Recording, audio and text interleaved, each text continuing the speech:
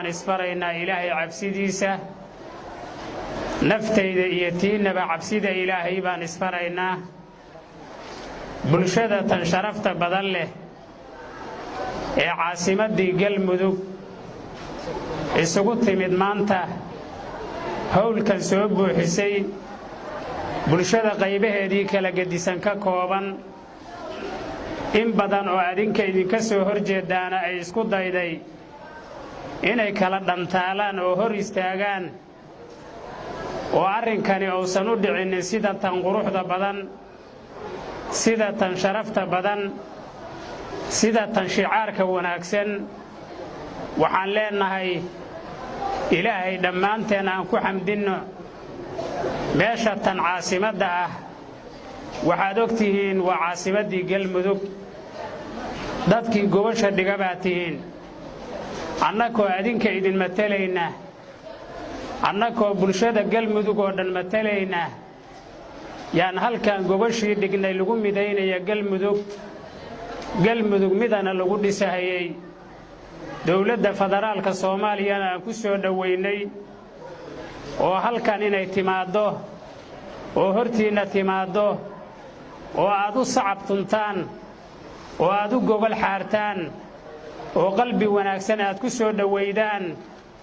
intii aan idin dardaaranay intaasay ahayd waana ka soo baxdeen oo waa gudateen wixii xaggiina waa aad gudateen wixii la malaysanayay oo wali la laayahay ayaa dhiman waxaana ka rajaynaynaa ilaahay subxaanahu wa tacaala wixii aan rajaynayno wanaagaha inuuna makaniyo ayaan ilaahay ka rajaynaynaa subxaanahu wa tacaala waxaad ogtihiinoo dhammaanteen wada ognahay halkan waa meeshii ugu dilka badneed dadka shabaabka la yidhaahdo waa meeshii ilaahay gargaarka uu siiyey Soomaaliya inteeda kaleeta aan ka jirin waa meeshii looga gargaarsaday oo lagu baaba'ay oo shabaab aad uga gargaarsateen oo ilaahay subxaanahu wa tacaala idin guuleeyey